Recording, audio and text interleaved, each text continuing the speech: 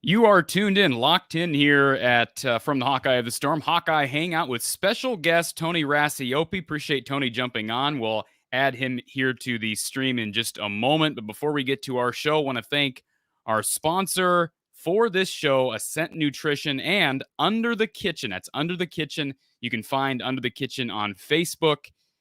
Great art being done by Randy Engel down there at Under the Kitchen in Mitchellville. So thank you to Under the Kitchen. We will be right back with Coach Tony Racioppi. You may have heard of the real-life Hawkeye man cave known as Kinnick Under the Kitchen. Well, after lots of hard work, there's not much space left to paint, but the walls are exploding out for public consumption. Under the Kitchen is proud to announce that you can now purchase exclusive prints of some of your favorite Hawkeye legends, including wrestling great Spencer Lee, football players Tyler Goodson, Riley Moss, and Drew Tate. Plus, an all-in-one Murray family legacy print featuring Keegan, Chris, and Kenyon Murray himself. Signed and unsigned prints are available, making the perfect collectible or gift for any Hawkeye enthusiast. For more information on purchasing one of these outstanding Hawkeye prints, visit Under the Kitchen on Facebook. That's Under the Kitchen on Facebook. So again, just great artwork being done by Randy Engel down at Under the Kitchen. And the one and the only, Tony Racioppi, is with us today here on Hawkeye Hangout, a special edition of the show. First of all, Tony, I know a lot of people have been anticipating this show, highly anticipating it. Nobody more than me. So thank you, first of all, for hopping on. Sure. I know Iowa fans have a ton of questions for you. I almost led off this show by saying the man, the myth, the legend, because your name has become synonymous. Oh, man, but yeah, that's about it. So your name has become synonymous, like it or not, with Iowa football in recent time. And so, of course, we're going to get to that. We're going to get to your relationship with Spencer Petras and future Hawkeye Marco Lainez. We just spoke with Marco a few days ago here on the show. Sure. But first of all, Marco, or almost called you Marco. Tony, thank you for being here. Can you give our listeners an idea of your background for anybody that's not aware of what you do? I know you're out in New Jersey, you're at Franklin, you're at Hun. Can you give me an idea of your schedule and also your private work? Sure. Well, thanks for having me, Corey. And it's a great thing to be involved with Iowa football anyway. And it's a tremendous program. Huge fan of Kirk Ferentz and the way they do things. And obviously, a kid that I care about very much that plays for me in high school is going to play for them in a couple of years in Marcos. So, huge fan of the way they do things and the way they run the program. I grew up in New Jersey, played New Jersey. I'll give you the abbreviated version here. So I committed to play at the University of Maryland as a player. Coaching staff got fired 8 days before my signing day my senior year, which is never a good thing as a quarterback. So I ended up going to Tennessee Tech, which is a 1AA school in the Ohio Valley Conference. Played as a freshman and came back my second year. And about game 5, I'm 20th in the country in passing, and I got moved to defense, which is never a good thing. So we had a freshman who was a really talented kid from the area in Tennessee, and I got the boot because I was the best athlete of all the quarterbacks in the room. So game 5. Hold on. So let me interrupt. You got switched. You're 20th in the country in passing, and they switched you from quarterback. How does that work on the most important position on the field? Yeah, not a good feeling. Trust me. So. So game 5, you're playing quarterback. In game 6, you're playing strong safety, and I'm on all the special teams. And so I learned a lot of football, put it that way. So I came home and I transferred to Rowan University, which is here in New Jersey, right outside of Philadelphia. And at the time we've lost, 6 times in 9 years in the NCAA championship game in Division III. So prime time program, big time program, a lot of Division I transfers like myself. So I went there and I started 3 years. 2-time All-American, was running for National Player of the Year. When I graduated, I was the 7th passer in NCAA history in passing. Right when kind of the spread offense came out, so you're talking early 2000s. So it was a lot of fun, So I think what's always helped me in my coaching, my coaching career is, I played in a lot of systems. You're talking, the wing tee stuff in high school to some option stuff to some West Coast stuff to right when the spread came out. When I finished, I played overseas for a year. I came back. I signed with the Jets in 2004 as a free agent, as a quarterback, got released, and then signed with the Dolphins in 2005 as a free agent and got released when Nick Saban was there. So that was kind of my playing career. I was a Division I guy. I was a Division III guy. I was, signed to NFL contracts, so I got the most of my ability, and it's only helped me as a coach going through that. So so when I finished playing, started teaching, started coaching. I took a job at Temple in 06 for Al Golden on his original staff as an offensive GA, which was probably the most miserable experience you could probably ever have. That was like, 11 days, Temple, 50-0, 3,000 people in the stadium kind of deal. So to be on that original staff, sorry about that. To be on that original staff and see what he did with that program is one of the best coaching performances maybe ever in football. To go from what that program was to what he built it. And, so I was there, kind of found out that at that time in my life, driving from the Jersey Shore to Philadelphia, which is almost 2 hours every single day, that was my GA experience. Getting up at 4 a.m., driving 2 hours, get in the office at 6, do it till about 10 a.m. This is the off season too, and then do it all over again. So it's needless to say, I left that and went back to teaching and coaching at Jersey Shore. That's where I'm from. All the mentors in my life or those people in my life, So, my uncle was one of my coaches in high school, and I just always seemed like he was always happy and be able to touch so many lives and mentor people and just make people reach their goals and dreams. And so I was a teacher, I was a coach, I was coaching 3 sports. Like I played, I was a football, basketball, baseball guy in high school. I was 11 varsity letters, and so that's what I did. I really didn't jump into the private world coaching wise until probably about 10 years ago, because it really wasn't a thing. I mean, I didn't have a coach growing up. It was always whatever season you're in. Right. So, or you just kind of figure it out with your boys at the park on your own, Yeah. So, that's the interesting about it. I jumped in it just because, I was coaching in New Jersey, right? I played high school here. I played college football here. So a lot of my buddies were high school coaches, and they were like, hey, could you work with my kid on the side?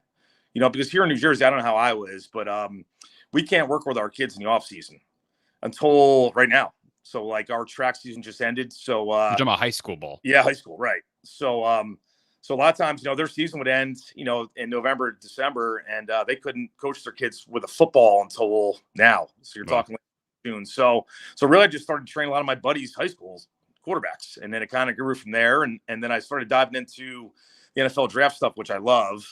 And I really enjoyed getting guys that are really talented, played at really good programs, and I had them for 6 to 8 weeks.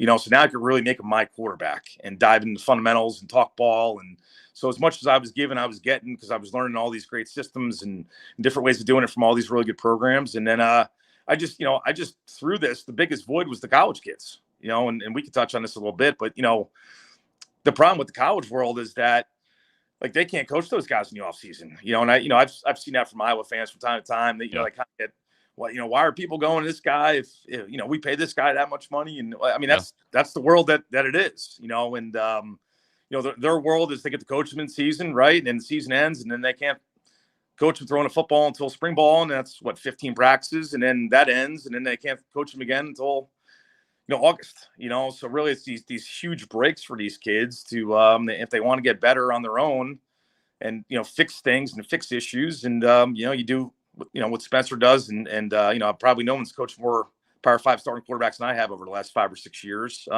They do what that he does. They come out here in those pockets of time, and whether it's 4 or 5 days, and I'm really struggling with this. Let's fix this, and let's go over this. Let's go over that, and then it's that lonely world they got to do on their own. When they get back to Iowa or Pittsburgh or Michigan or wherever they play, they need to do all this stuff on their own. And it's a weird world for sure with the college kids, just because they're not yours. And I've always stayed in my lane. I know my role. I'm lucky that I've been doing this a long time, and obviously a lot of people respect me. And I've always tried to go through the coach first and keep the coach involved. So when I get a college kid out here, I'll talk to the OC before the kid even gets here. And I know most of them, but if I don't know them, I'll reach out to them. And every single time I coach a kid, I send every video back to the coach. And this is what I see. This is what we're working on. Do you like it? Do you want this? Do you want that? And then that's kind of how I kind of do things. And then I think they see the improvement in the guys, and they want them to come back. And that's how it's kind of gone over the last, I'd say 6 or 7 years, and it's been pretty good. So Tony, I have to ask you. You talked about that balance and striking that with a relationship with a college football player, college football quarterback, and respecting that relationship with that coach, because obviously it's in the best interest of that athlete, right? That you do that. It not only, I mean, obviously it's in the best interest of Sure. All the the above. college, but yeah, but both. So how has that changed? And I'm not saying it has for better or for worse, but I'm just saying, how has the relationship changed between your communication with Ken O'Keefe and now that he has stepped aside from his official role as quarterback's coach to Sure. Brian Ferentz? And how much did you still talk with Brian prior to the job switch? I've known Ken for a while, so it was a lot easier, I didn't really know Brian at all, so, really my communication with Brian was zero until really Marco was going to go there, and that was kind of the first time I got to talk to Brian, and usually it was through text message. Like even, I came out to the Illinois game last year out there, and I brought my family with me, and, those guys were coaching, so I wasn't able to bump into them or talk to them, and especially in pregame, and, so it really, the neat thing about our relationship now is it went from nothing really from a text message here and there to, we talk a lot, and obviously because of the fact that, there's Spencer, right? There's Marco, there's so many guys in play. Plus I think he respects me as a coach. And I think, him taking over the quarterback role, and I appreciate that in him. And a lot of these guys, really, the really good ones don't have an ego, and they're always trying to learn. And, as much as I ask them, they ask me, so it's, whether it's a footwork thing or a release thing or a certain fundamental thing or a certain footwork within a drop, throwing a certain concept, like those kind of things. And, and I appreciate the fact that he's asked me, certain things about footwork, because I think he saw that, Nate really liked the stuff that I taught him. And obviously Spencer has, and Marco and all the guys I've had over the years, not just the Iowa quarterbacks, but, I've had half the Big Ten West come out here at some point this spring to work with me. So it's, it's really being involved with all the coaches and getting everybody on the same page. And that's, the hardest thing for me is not getting in the way of their relationship, right? I'm just kind of that in the middle.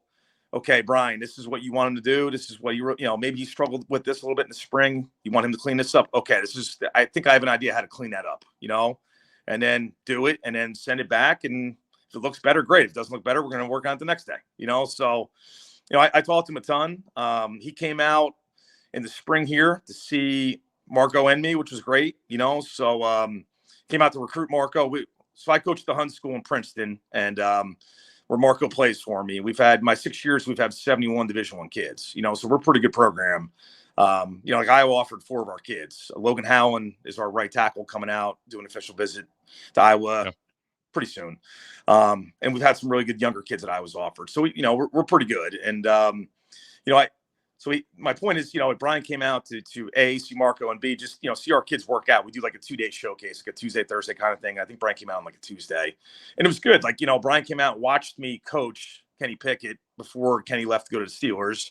And I had Anthony Brown there, who was with the Ravens, who I've worked with for like 9 years. And he just watched me put those guys through a workout, and just for an hour and a half, and just, it was good, taking notes, asking questions, and I coached those guys at a park, and then I drove to Hunt, which is about 40 minutes. And once we got to Hunt, we got there early, and we just kind of sat down and talked about everything, which was great, so the best scenarios that I've had are situations like this, like I just look at, Kenny Pickett. I was able to really help develop him so much because my relationship with Mark Whipple, we just did it hand in hand. It was in season. You coach him, you put the plays in, let him throw some touchdowns. And in the off season, this is what I want him to do. And that's what we did, and it was just, Kenny loved it because we were both on the same page, and it was just easy for him. It wasn't an ego thing. It wasn't, nobody cared about who's going to get the credit if he goes and throws 4 touchdowns and they win a game. It was just about making him the best player he could possibly be. And that's what it's all about.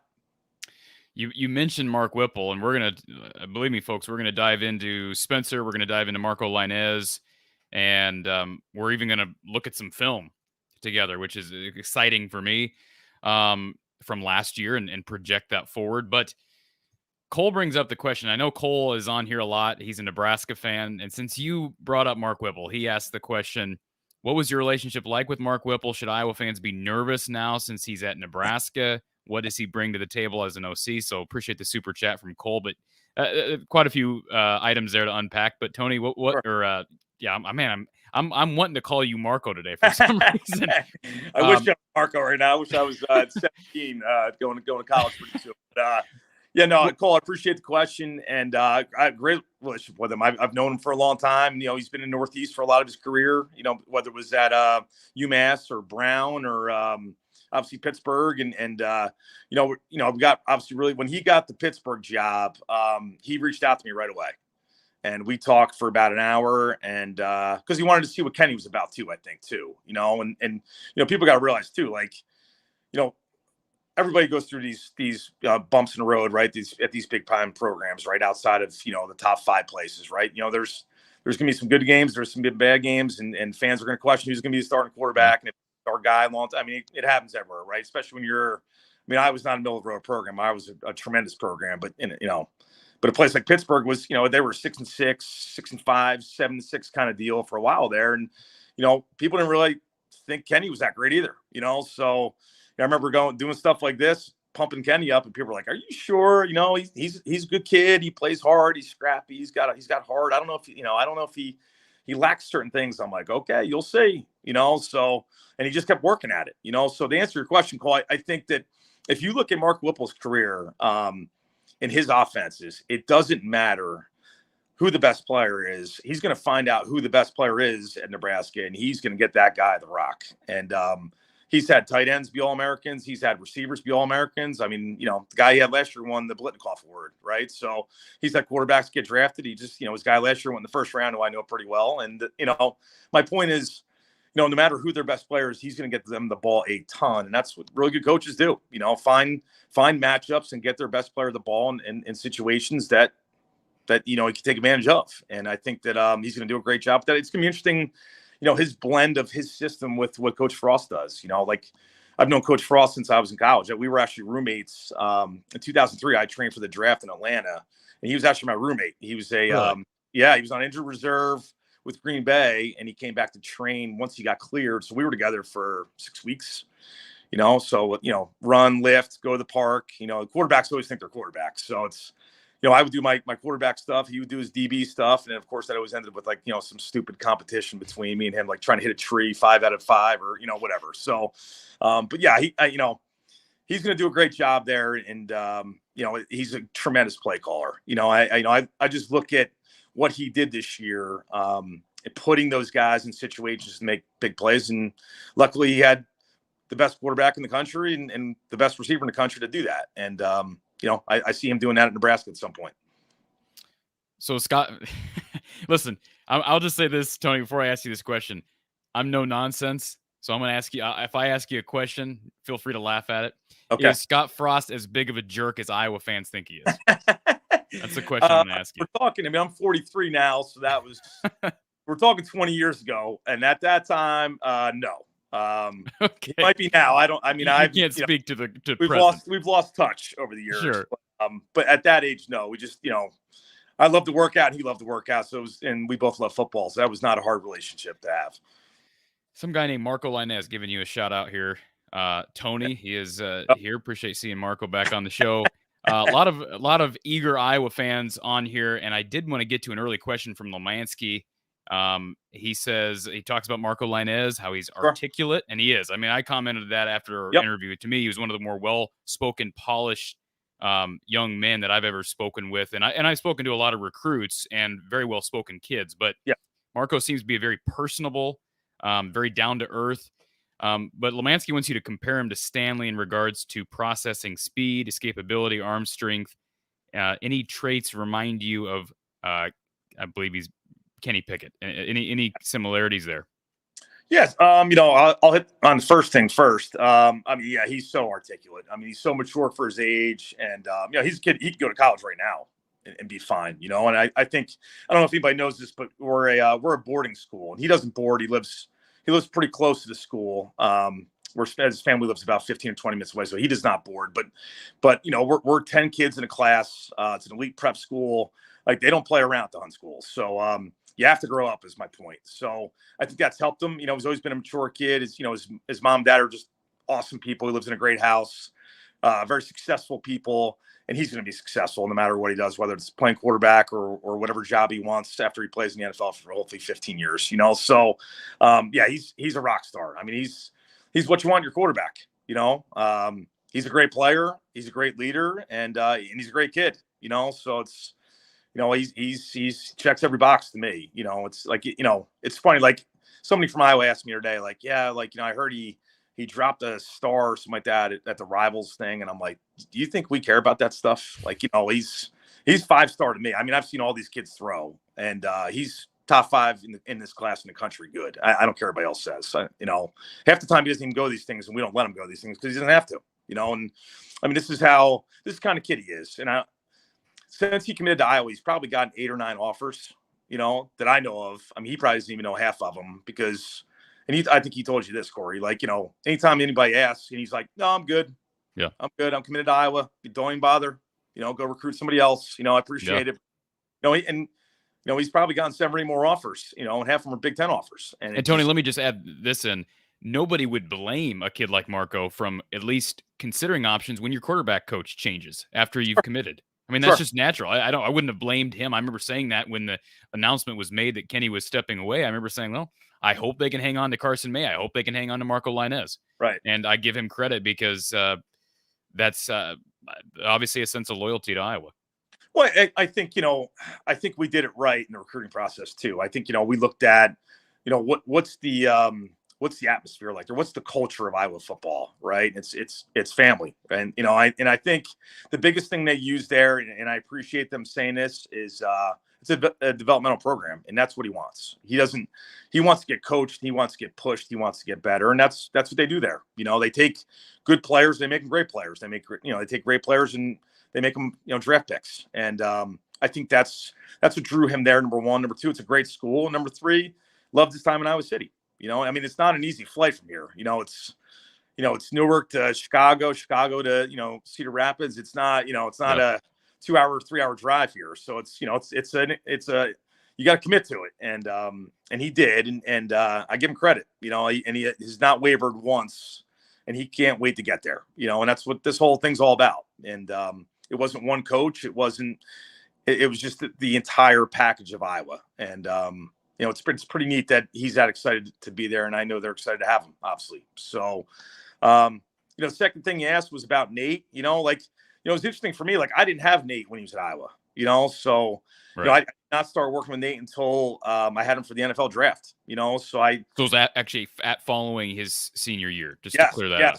I've never, I met Nate at the Manning Passing Academy, which is this week actually coming up. And that's where we kind of hit it off there, and we talked. And I'm lucky that they invite, 40, 45 guys, and Spencer's one of them this year, which is great for Spencer to go showcase what he can do. And we've had every guy drafted in the last, I don't know how many years there, every first-round pick, and I'm one of the 4 guys they let work with the college guys in between the high school sessions. So, a quick way to describe the camp is it's a high school camp. It's really like 7th grade up. And they invite the college kids to come in. They're actually counselors. So they'll coach the kids, put them through drills, coach them, have 7-on-7 teams.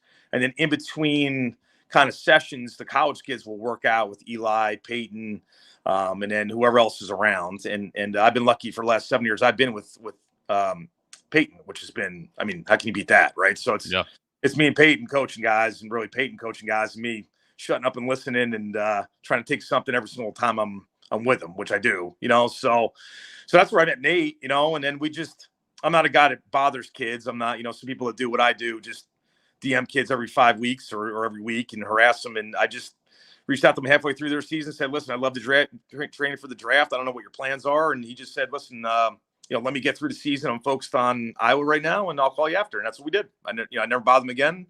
As soon as they won their bowl game, when he played really well against USC and they blew those guys out, he called me the next day, and he was on a flight 4 days later here. So that was great.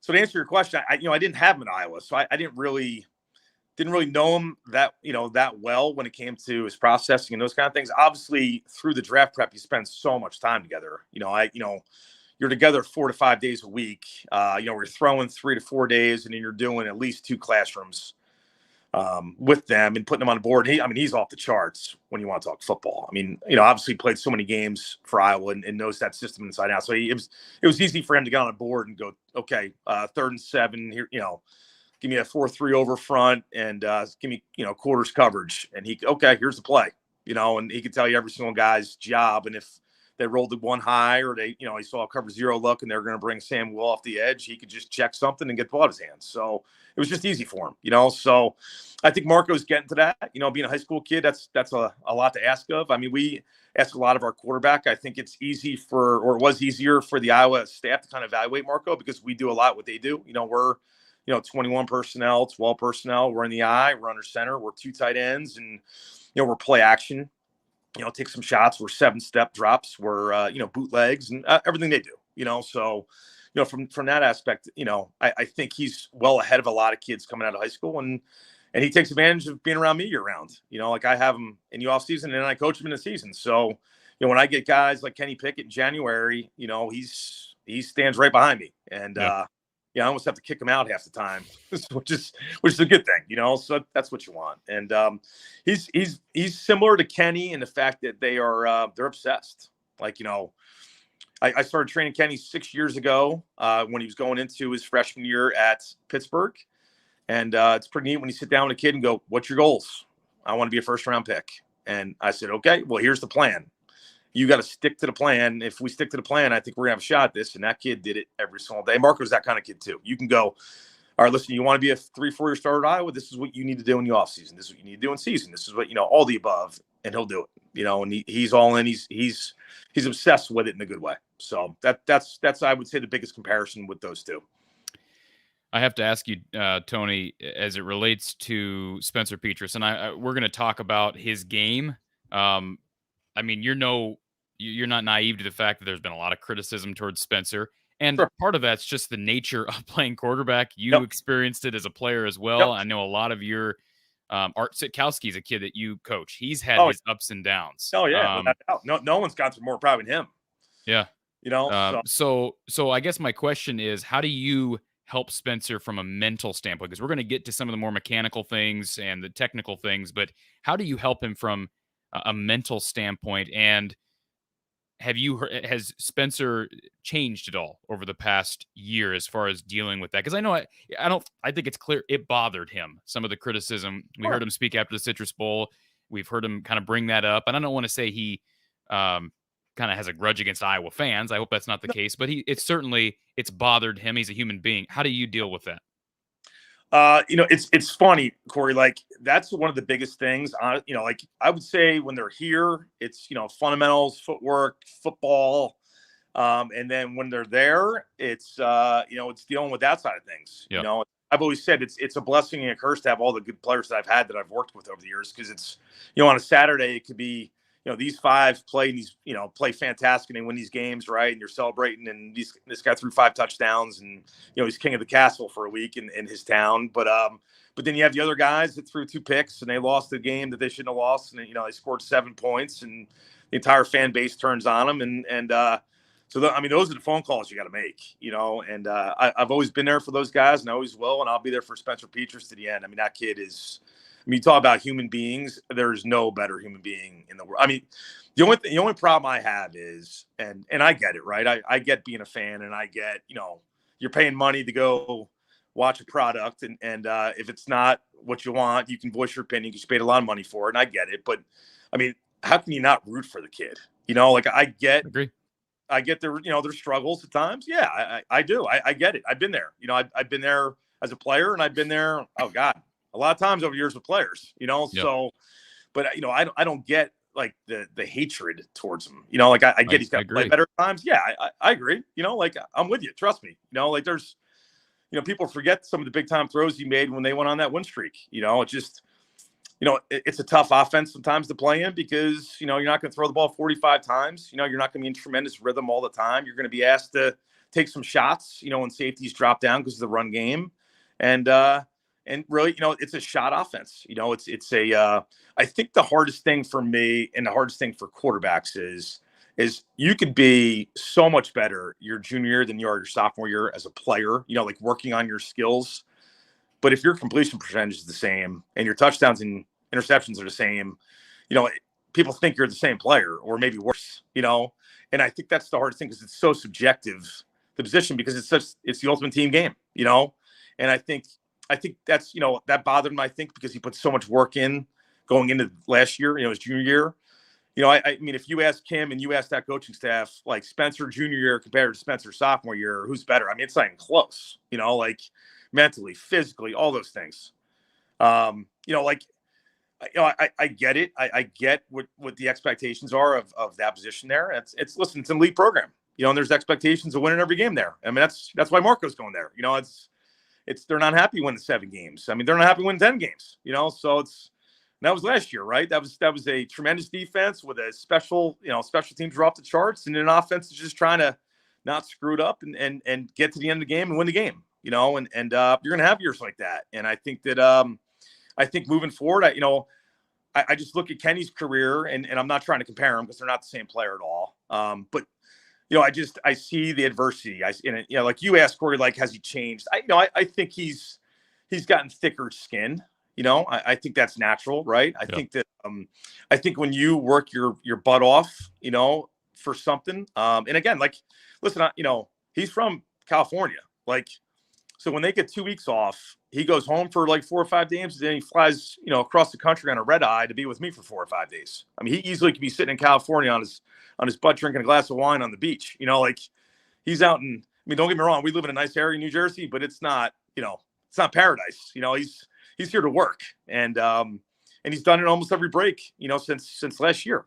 So, I think he's definitely developed a thicker skin, and I think that I think it's going to help him in the long run. And I said this about Kenny during the draft process. And I said this, I probably had 13 NFL quarterback coaches calling me at some point just to ask me questions about Kenny, whether it was during the season or obviously during the draft cycle. And, they asked me about him. And I just said, the thing about him is that he's hit adversity. Like, there's been some bumps in the road. There's been some downs. There's some ups. There's been the Penn State game, right, where makes the great throw at the end to win the game for the most part. And they're sitting number 2 in the country. And, I mean, doesn't get any better than that except for being number 1. And then obviously you go on a losing streak. You don't play very well at times. You miss some throws you shouldn't. You end the season with kind of a clunker there in the bowl game. And, you kind of have to have that taste in your mouth for an entire offseason. And I know that, he wants to get after it. He wants to be the quarterback and he wants to get better. I mean, like my whole thing with him is it'd be different if he didn't care. And he just kind of showed up and went out there and threw it around a little bit. And he threw 3 picks and whatever, maybe next week, and then the offseason he kind of sat on his butt in Iowa City and partied. And I mean, that kid just works and wants to be elite, wants to be great. And I mean, listen, he could throw it as good as anybody. I mean, I don't think people realize how strong his arm is. And I've been around all these guys, so I know who could throw it and who can't, and he can throw it hard and he can throw it far. I think he processed information really well. I think almost last year was almost paralysis by analysis, if that makes sense. I think it was kind of too much. I think, if you ask Kenny, that was the biggest jump going into senior year was kind of just, okay, I have all this information. How can I make it simple so I can play fast? Yeah. Get back there, 1, 2, 3, ball out of my hand. And I think that's what he's working on right now. I think he had a great spring. I know he had a great spring. And I think he's just trying to build on that. It's I'm excited for him. It's not, he's not that kind of kid that will hold a grudge against Iowa fans. I just think it's kind of, I think a lot of times with these kids, it's like, you hate me? Like, I would do anything for you guys. Right. I would take a bullet to win this game for this place, Sure. And then also, I mean, listen, I was there for the Illinois game, I was there when what's called was announced as a starting quarterback and that student section went nuts. I sat next to his mom for 4 quarters with her crying her eyes out half the time, like cheering for Iowa, but at the same time emotional because of her son. And, how can that not be a personal thing to you? Like that's they're human beings. I mean, they're 19, 20 years old, let alone our age, so, he's a kid that you cannot want the best thing for. I mean, he's what you want as your quarterback. He just has to play better. And I think he's going to, it's easy for me to say, right? And I think the hard thing for me is what I do. It's the off season. It's getting better. It's working fundamental. But then once the season starts, I'm a fan like everybody else. So it's I can't help. I got to sit back and just I keep my fingers crossed and every single throw like an Iowa fan. I just either cheer or I just okay, next one, let's go. So yeah, it's a grind and it's a mental grind. And I think that as they get older, I think they learn who their circle is. I think they learn it. The neat thing I think for him that he's going to see next week and at the Manning Passing Academy is that I've always said this, like you get all these guys in a room and it's the first time I think in their lives, they're kind of like, you go through the same thing I do.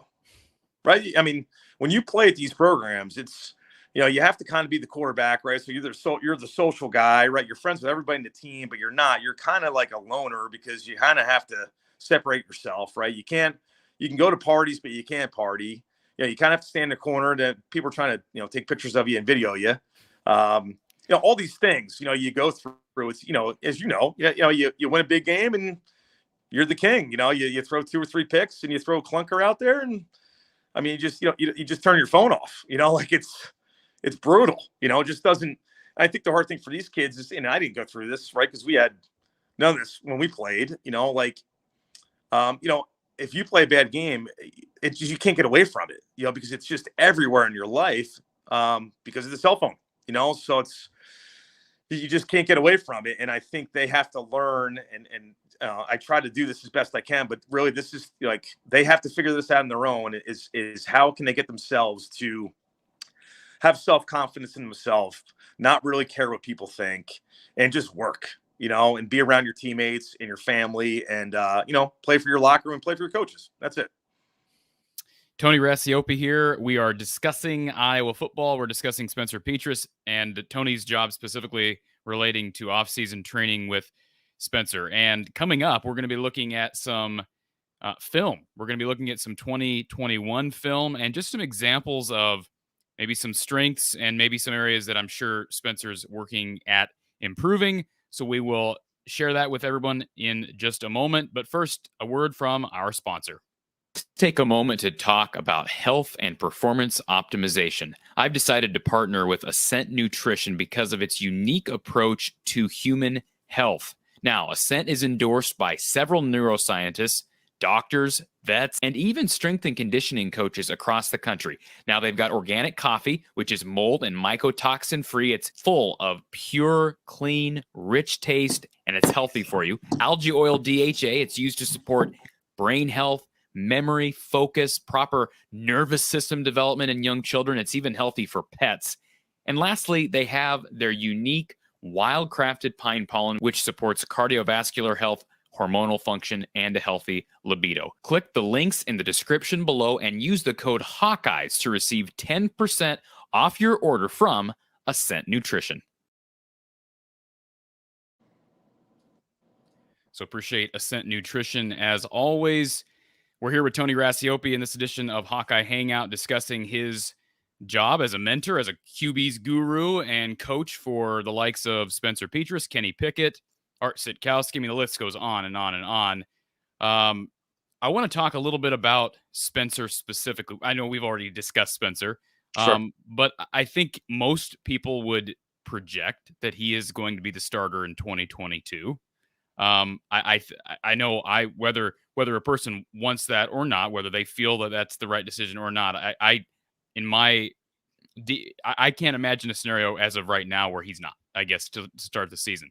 So with that being said, I know there's a couple questions in the chat, and then we're going to look at some film specifically from 2021.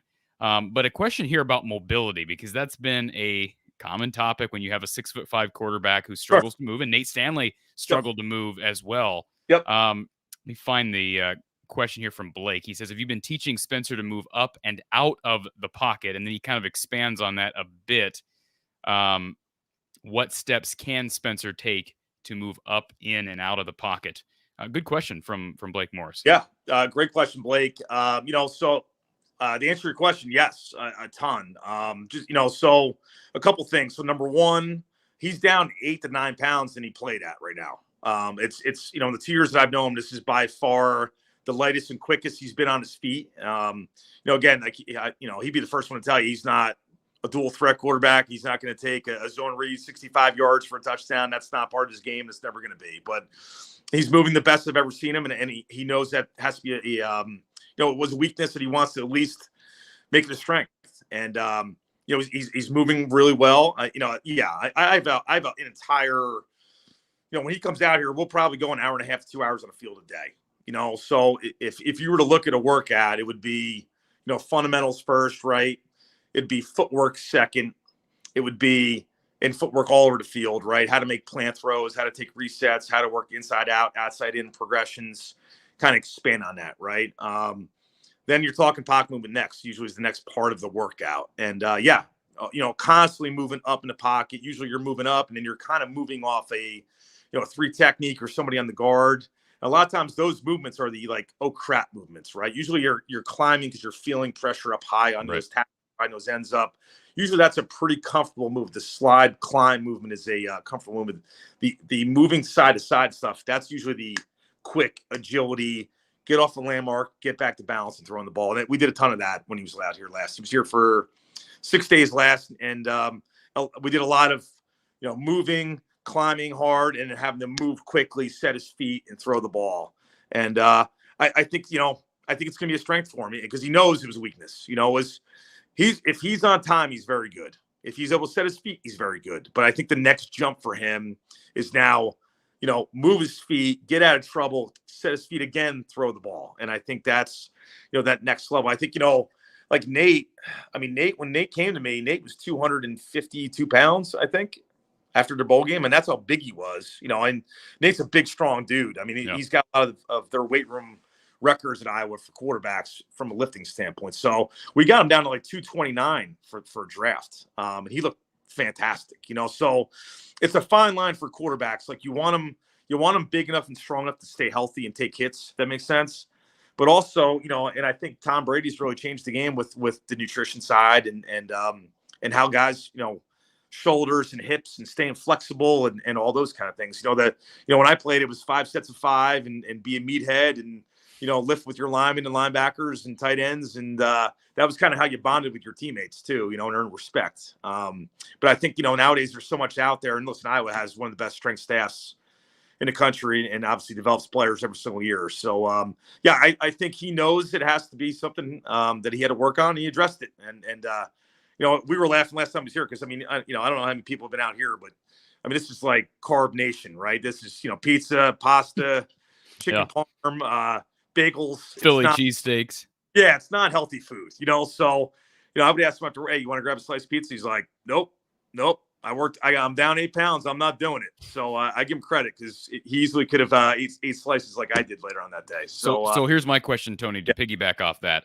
I made a comment on a recent show, and again, at any point in this show, if I make a comment that's just totally outlandish, you call me out on it. But sure. I made a point when somebody suggested that Spencer may be slimming down. I just said on the show, I don't know if that's what Spencer needs to do. I almost wonder if he should be bulking up like Nate Stanley. So tell me the difference there, because Nate was never real mobile, but because of, you brought up 252 pounds after that Holiday Bowl, he was able to absorb hits. As a quarterback, which is something Spencer isn't great at. So how does a coaching staff, strength and conditioning staff balance? Okay, does this guy need to lose weight and get trimmer, or does he just need to get weight in better places and become bigger? If you know what I'm kind of trying to put out there. Great question. It's a great debate, right? I think it's player to player, right? Some guys have to put on 10 pounds, like you said. Some guys have to get bigger and stronger to kind of hang in there and take a beating through the season. I think for Spencer, what's putting on 5 more pounds? What's that going to do for him? Just because his frame's so long. He's every bit of 6'5.5", if not almost hitting 6'6", So, and he's so long, especially with his legs. I think the move for him was to trim down, which he did. And like I said, he looks really, really smooth moving around right now. And not that he was a bad athlete last year at all, but he wasn't moving like this. I'll put it that way. But this next question is something that has been a pet peeve of mine. It was really a pet peeve of mine with CJ Beathard and Nate Stanley. And I know you didn't work with CJ Beathard, but sliding. Sure. It really bothers me that Iowa quarterbacks don't seem to know how to slide. I'm just going to say it right now because, CJ took hit after hit after hit, got hurt a lot because he was constantly taking hits. And I'll be honest, and I know you weren't working with Nate when he was at Iowa. Yes. The guy didn't know how to slide. And I said it on the show. You're paying a quarterbacks coach $600,000 plus. This guy needs to know how to slide. It's not that difficult. Does Spencer Petras know how to slide, and will we see him slide this year? The biggest thing with you want to play, right? And the best way you can help your team is by staying out there and staying healthy. Right. So, I think the hardest thing as a competitor, and I went through it. I mean, I was be the first one to tell you, that first quarter, first time I took off, I was trying to hit somebody, which was probably stupid, but in your mind, you just want to show your teammates that I'll do whatever I can to win this game for you guys. And Right. I think once you get older and you mature, I think you just go, you know what? Let me get out. Let me get what I can get. Let me get down and let's play another play here. Unless it's, a different story, right? If you're down to score and it's 4th and 6, you need to get 7 yards, different story, right? But, Right. but yeah, it's about staying out there. And listen, at the end of the day, last year, you can say what you want about him, but if you look at those first 5 or 6 games, he was a different dude than he was the second half of the season. And it's because he just was beat up, and I don't think people realized how bad his shoulder was, I think, after Wisconsin, and he just kind of battled through it, and like all the good ones do. But it definitely hurt his game. There's no doubt about that. So I think for him, I think it's just being smart about it and taking care of himself and live and play another play and be there at the end of the game feeling good about yourself. Great answer. And I was just going to bring that up. There's a time as a quarterback, right, to become a running back when it's, your 3rd down or especially 4th down. I mean, you don't have no choice there, right? You become a running back, but at some point, especially in early down situations, you got to learn how to slide. So I do see this question from Fast Outdoor Food. Ask if there's a reason he checks down to the tight end so much, not with receivers. Receivers have to get involved more, whether it's Spencer or if it's Alex or Joey Labus, whoever it is. I think anybody who watches Iowa football understands that wide receivers have to be a bigger part of the offense. So not even talking about Spencer specifically, Tony, but is there something that you see on film as to why Iowa quarterbacks tend to favor the tight ends so much more than maybe receivers? Hard question for me, right? Because I'm not on staff at all, so I can't Sure. I couldn't tell you what they're doing half the time. A lot of times in the pro style systems, you're going to check the ball down to the tight end over the ball. The old quote I think in football is the tight end's the quarterback's best friend, right? Because that's that comfort blanket right in front of you, usually, in that short area. Listen, I agree too. I love to see those guys get involved. And Nico Reganey was out here both times this year when Spencer came. And I mean, what a great kid and what a hard, that kid just, last time he was here was like 95 degrees here. And that kid, another route, you want another one?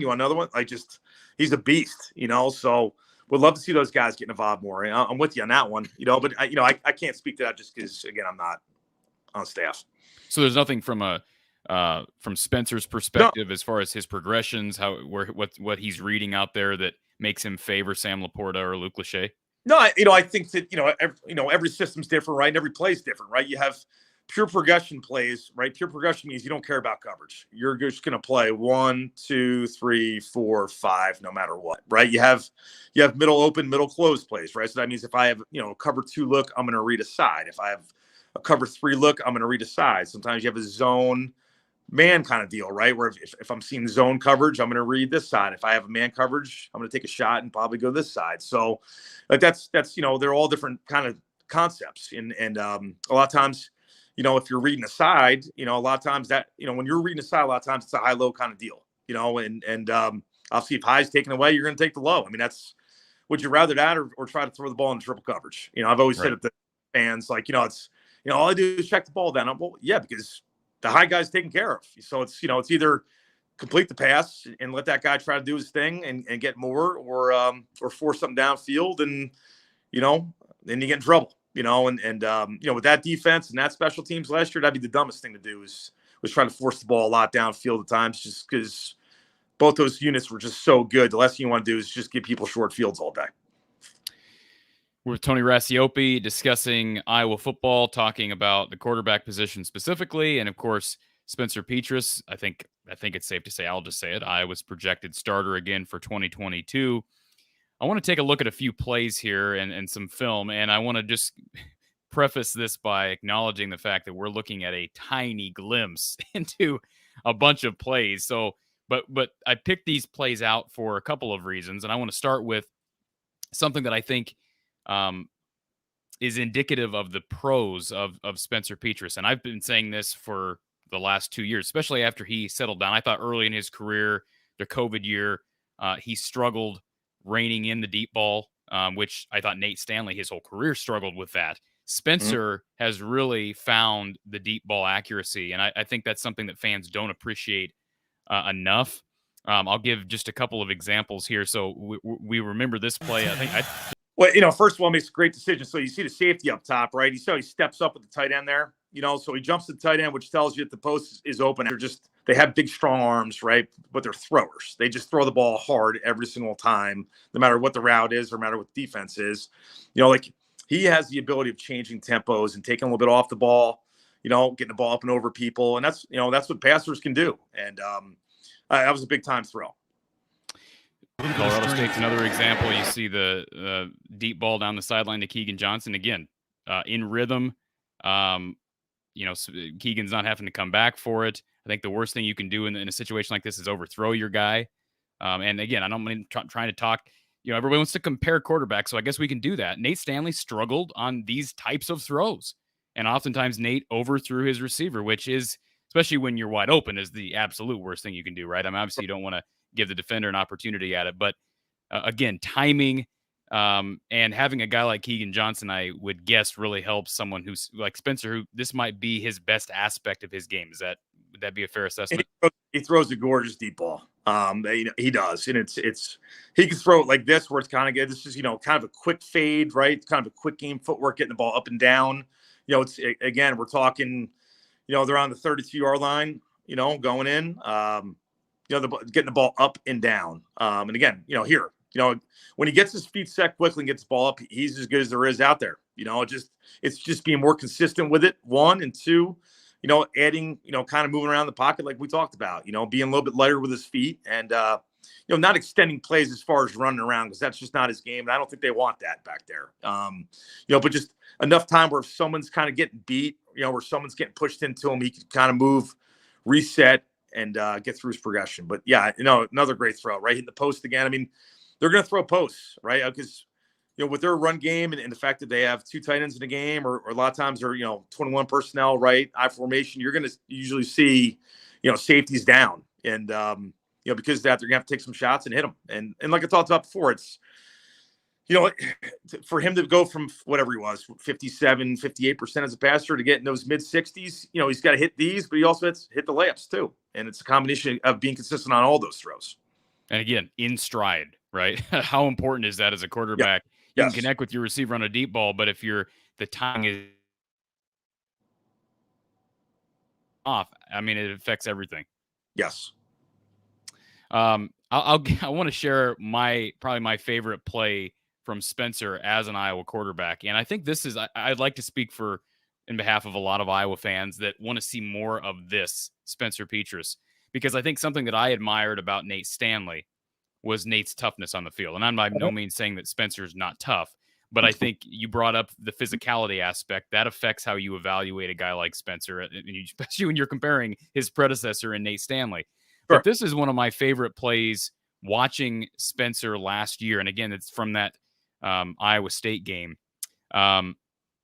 This is just a tough throw. And you probably know which play this is. But standing up in the pocket, and as I think Reese Davis brought up, taking it right in the mouth here. Yep. And putting that ball in a hole. And again, I don't coach there, right? And I'm not going to pretend to know what they're doing. And running the ball, being a little more time in the pocket, protection-wise, go through his progressions. And, those guys on the outside that just, we need to win more, and a little more separation. It's a unit thing, and I think that, it's always going to be the quarterback, right? So, if you ask, I think, Kenny said this at the Heisman, what was the biggest jump? Like, how'd you go from whatever it was, 12 touchdowns as a junior to 42, whatever it was? He's like, we all got better, we all worked. We got better up front, we got better on the outside, and I got better, so just, it's the collective unit, everybody getting better. And I think if that happens, I think, you're going to see a really good product this year, and I'm excited for it, for sure. Tell me what's happening here. So this is the Big Ten championship game, and obviously Iowa struggled from a pass protection standpoint.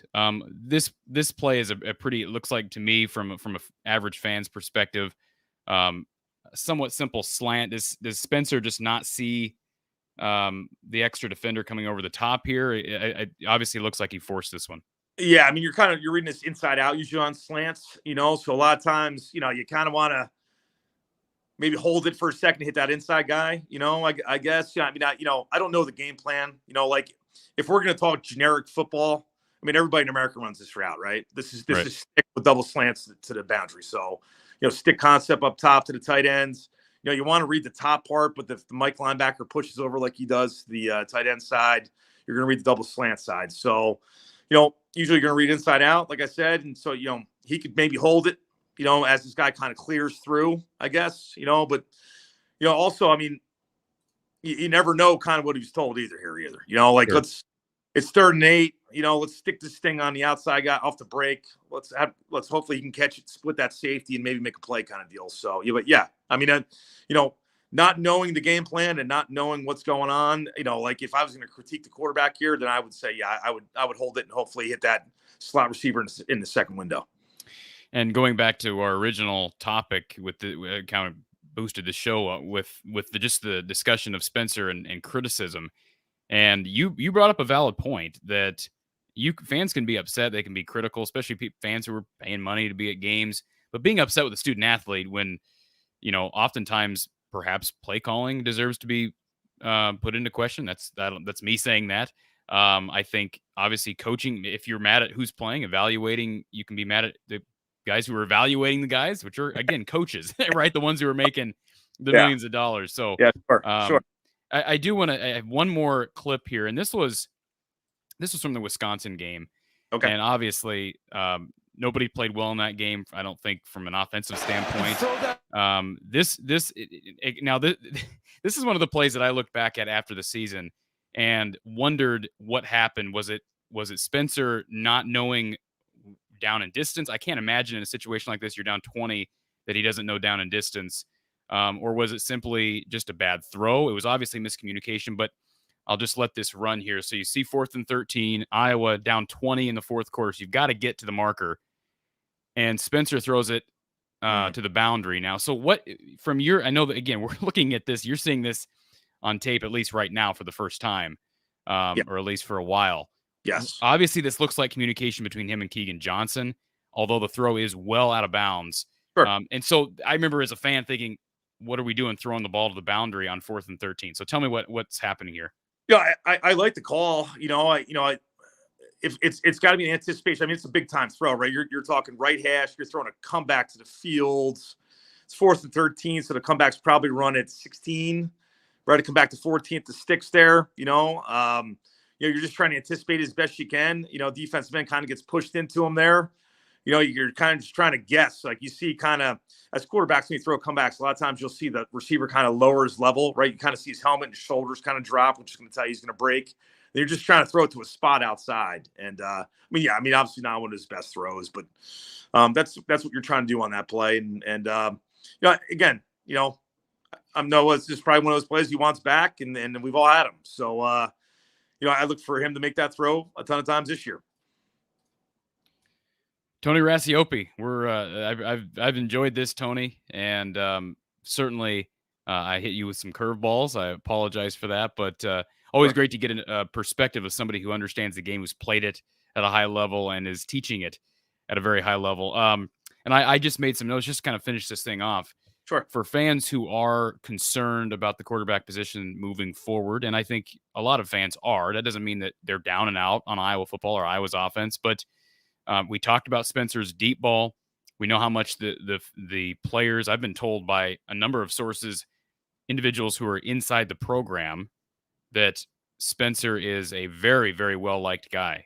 So yes, he may not be liked from the fans' perspective, but the players who want to win as well like Spencer Petras. That's what I've been told over and over again. I think he throws a very catchable ball. You talked about his ability to throw that perfect spiral and hit guys in stride. Where do you see as far as the biggest areas of necessary for Spencer to take that next step, whether you want to compare him to a Kenny Pickett or not, but to take that Kenny Pickett-esque step in 2022, What does he need to improve the most? I think you're always trying to improve your mechanics and your fundamentals, right? Which I think he's done that. I think, between the work he's done with me here, the work he's done on his own, and let's be honest, like, if he came on the show late, I mean, the way this stuff works is, usually, you're going to play your season for your team, right? And then that coaching staff can't coach you until spring practice, so I would say 90% of FBS starting quarterbacks go to a guy like me, so it's, usually they'll come out here after the season, kind of clean up some things, maybe some things that, like for him, it was like, okay, let's get back to, step one. Like, let's get in our base, right? Are we stepping right? Is our shoulder right? Is, like the good thing for him is he's a kid that doesn't really do a lot wrong fundamentally. It's maybe one or two things that I'll keep between me and him. And a lot of times these guys, like, when Nate came here for the draft, he was easy. He was an easy read. He was a kid that was a really, really good baseball player. He threw 92, 93 off the mound in high school, and he just was that, get on that back leg and, on plant throws, he missed low a lot because he would drive into a throw like a baseball pitcher. And then when you throw a football, that's not how you throw a football. It's about staying back and using your hips, more like hitting a baseball than throwing a baseball. Right. And then when he had to take a reset or a hitch, he took like a big crow hop, so that's what you're talking about before, Corey. Sometimes when he missed those deep balls, a lot of times it's because his back foot would go too far under his body, which makes your front foot step too far out, and then the thing just takes off on you. So, like, I was able to see those things really early with Nate, and kind of, I would say within 2 weeks, we could really clean that stuff up, and I think he saw the difference right away. And I think my point is that with Spencer, it wasn't a lot. It just it's a certain thing footwork wise, which we've worked on, which again, I'll keep that between me and him, and obviously that coaching staff. And again, like, I know my role, and my role is when he gets here, it's to get him better, make sure I communicate every single thing I do with the Iowa football staff, which I do with all the programs. I mean, like I said earlier, I've had, Indiana's quarterback year. I've had Illinois' quarterback year. I've had one of Purdue's quarterbacks here, so, and I know all those staffs really well, so it's very similar to Brian, like when Connor Bazelak comes out here from Indiana, Walt Bell's our OC, it's, hey, Walt, this is, what he missed in the spring. Well, listen, he, throws to the left, he struggled, or, whatever. I'm just throwing it out there. That's what we do, and hopefully though, through that, he can really compete and be his best for Iowa on Saturdays, and that's what it's all about, so it's, for him, I think to make the next jump, to answer your question, is just, I think as an offense, they need to make a jump. I think it's going to be a lot on him. I mean, I've been doing this a long time, right? It's usually when things don't go well, it's the play caller or the quarterback, no matter how you want to spin this thing. Yeah. Next year, if they score, 30 something a game and he goes out and throws 25 touchdowns, all of a sudden, it's not like Brian figured out how to call plays out of nowhere. He knows how to do that, and all of a sudden, it's not like, Spencer became this like amazing player out of nowhere either. Like, he's a really good player, and he cares and he puts the work in. And I've always said that about guys. Like, he's a kid that you can't help not root for. And he's gonna, he'll over his dead body, he'll let Iowa lose a football game. And that's what you want in your leader, right? I mean, I'd sign up for that if I'm a fan, right? So, moving forward, hopefully they can clean some stuff up and as a unit get better. And I mean, listen, the year they still won 10 games and they're in the Big Ten championship. So, if that's a down year, you got things rolling in the right way for a football program, right? So, I look for that jump from that entire unit, and I'm rooting for them because I've got to know the kids for the most part, and obviously have amazing utmost respect for that coaching staff and the people they are, the coaches they are, and the men they are. So go Hawks, right? That's absolutely. And well, I'll just say this one thing that I've heard from a lot of fans that has been frustrating is they feel like Iowa quarterbacks tend to stare down their receivers. We brought that up earlier with maybe locking into a tight end. Sure. Is that sometimes just a result of fans don't really see what's going on from a progression standpoint, from a play calling standpoint, or is there some of that maybe that Spencer has improved on this spring and summer, going through his progressions a bit smoother? I mean, what you got to understand is two things, right? So certain formations, certain down distance, you're calling a play for a matchup. And I think, if I got Sam Laporta on a linebacker, right, a big, slow linebacker, I'm going to look there. And sometimes I have to wait for him to, get to his depth, set guy up, and get out of his break, and then put it opposite where the leverage of a defender is, right? So, it's that. Sometimes it's pure progression, and I'm starting there with my eyes. And the way pure progression works is if one's open, one gets the ball. So you're not looking off coverages. You're not doing those things. Your eyes go to one no matter what. And the beauty of that kind of system is, you see a lot in the NFL, so it doesn't matter if the defense plays. You don't have to be right. A lot of times when you call plays, depending on, is it cover 4, is it cover 3, is it cover 2? We think it's going to be a man-free kind of thing here. If it's not, you're in trouble sometimes, right? All of a sudden it's like, oh no, they're in quarters. This is a cover 3 beater. Pure progression, you don't care. You're getting your eyes to one. If one's cover, you're going to 2. If 2's cover, you're going to 3. And so yeah, I don't think it's a staring down thing. I just think that's either he's starting one on his progression, or it's a matchup thing, a certain coverage. He's going to that matchup. And, if he's staring down his best players, it's for a reason. It's because that's where the ball's supposed to go. And that kind of goes along with Cole's question about how you teach decision-making. I think it sounds like it goes hand in hand with play calling, Sure. Right? Yes. Well, and matchups. The hardest thing for me is, in what I do is like, how can I simulate pocket movement? I can't simulate Michigan's defensive line. True. I there's certain things that I can't emulate more than the game. And you try to create an environment as close as you possibly can, and make them move certain movements that would simulate a game. Like if you watch me coach, you see a lot of cones and bags, and I don't do any of that stuff. Everything I do is about what happens in the game and get them better for game situations. But I can't simulate that. And also I can't simulate, decision making, a lot of times. I mean, I can go 2-on-1s, I can put defenders out there and we can work some stuff, or try, 3-on-2s, which obviously that's what pass games are, right? It's or find the open guy, right? 2-on-1, 3-on-2s. And that's what a passing game should get you. But I think for him, he's so comfortable in the system, which is good. I think that, he loves Brian and trusts Brian. And that's huge. A lot of times if you don't trust the play caller, you kind of question things coming in on 3rd and 7, going like, why is he calling this? Or a red zone kind of deal. It's 2nd and goal on the 4, and this is our play action play. It's like, I don't really like this here. I think for him, he's locked in, and there's genuine mutual trust between the two of them, and that's what you need. I think all the quarterbacks that way. Listen, I've talked to Brian Ferentz a lot. Brian Ferentz is a damn good football coach. You can say what you want about play calling, and I get it, right? I do it, when I watch games, all games, so especially when you train quarterbacks, right? You want those guys to throw 1 million touchdowns and 1 million yards. But, the reality of is if the unit plays better and they score more touchdowns, everybody's happy. And I'm looking for that to happen this year.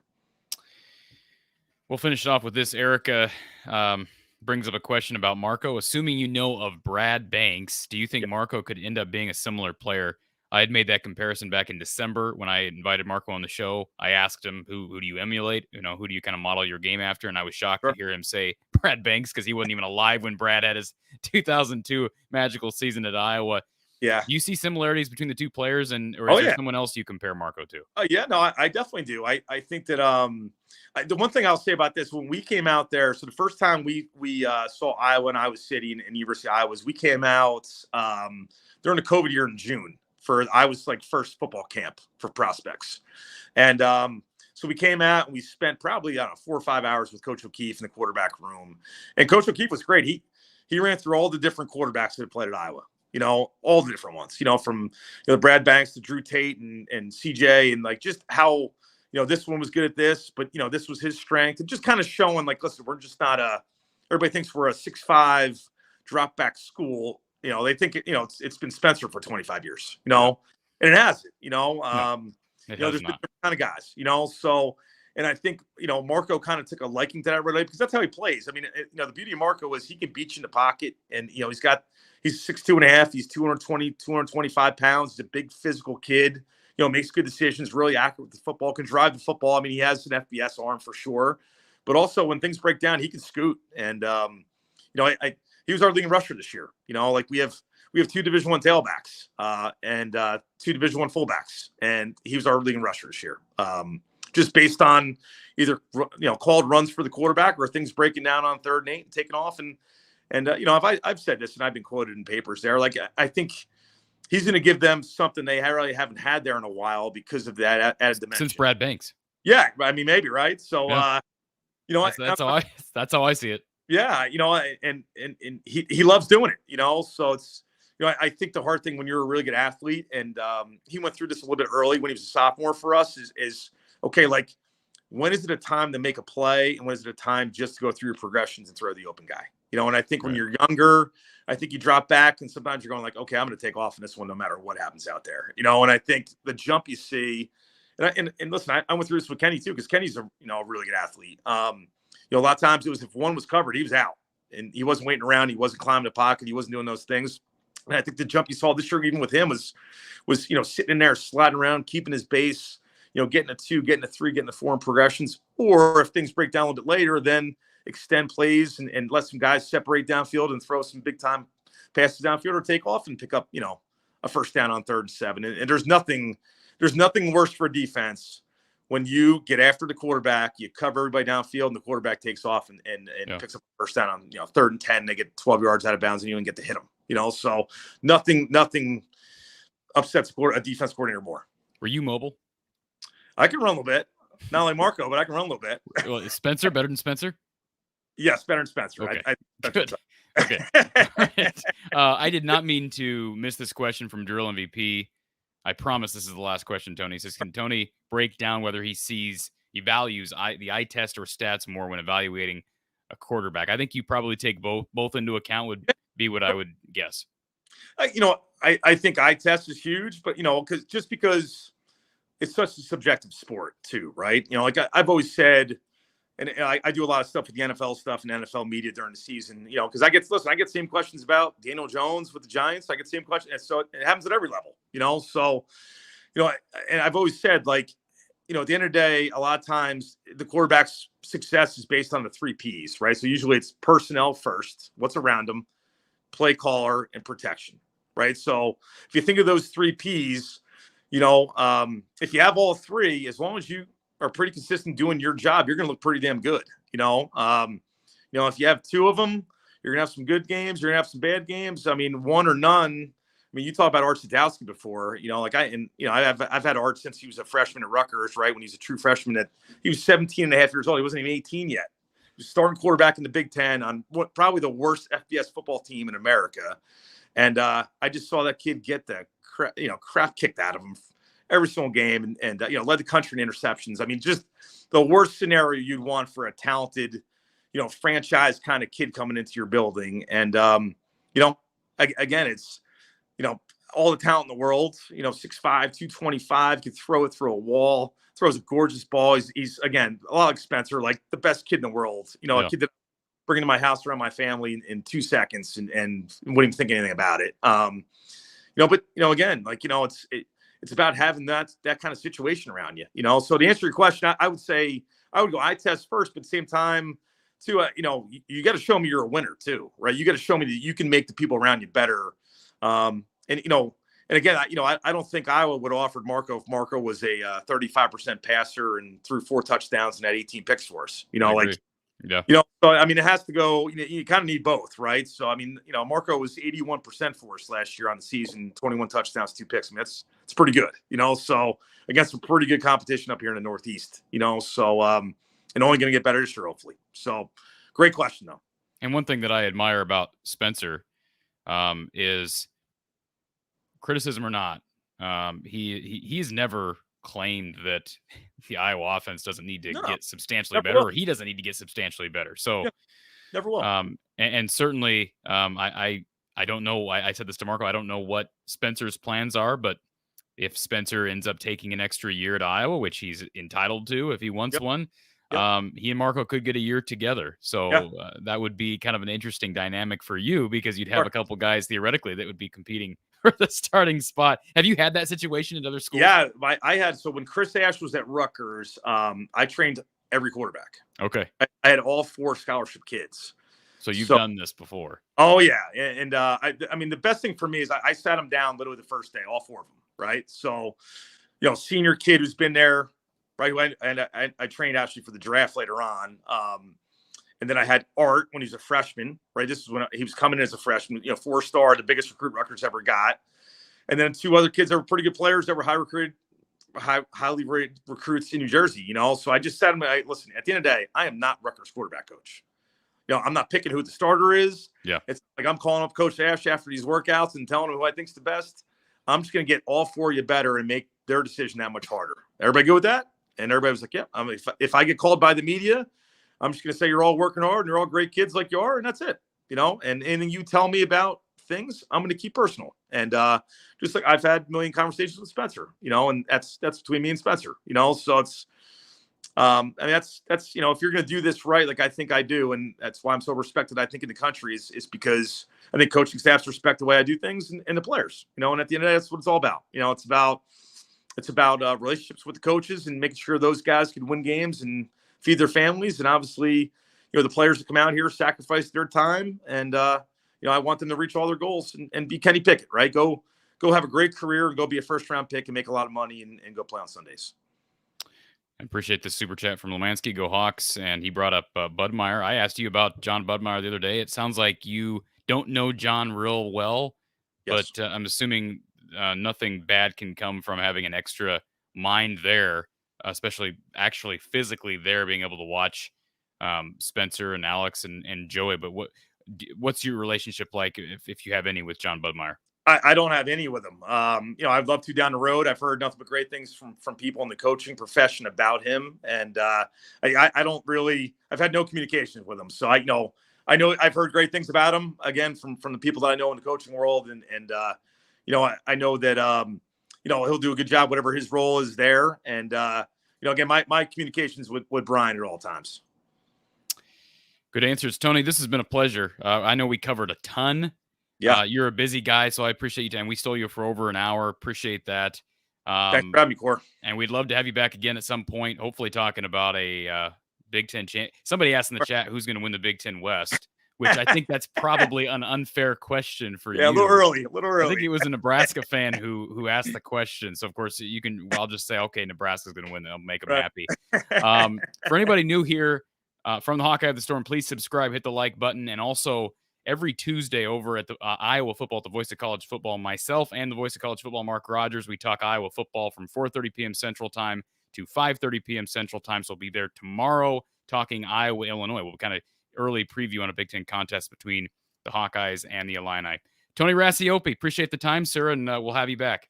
Thanks, Core. Appreciate it. And hey, go Hawks, everybody. Hopefully these guys can do their thing this year, and a lot of success to all. Appreciate it, Coach. For Tony Racioppi, I'm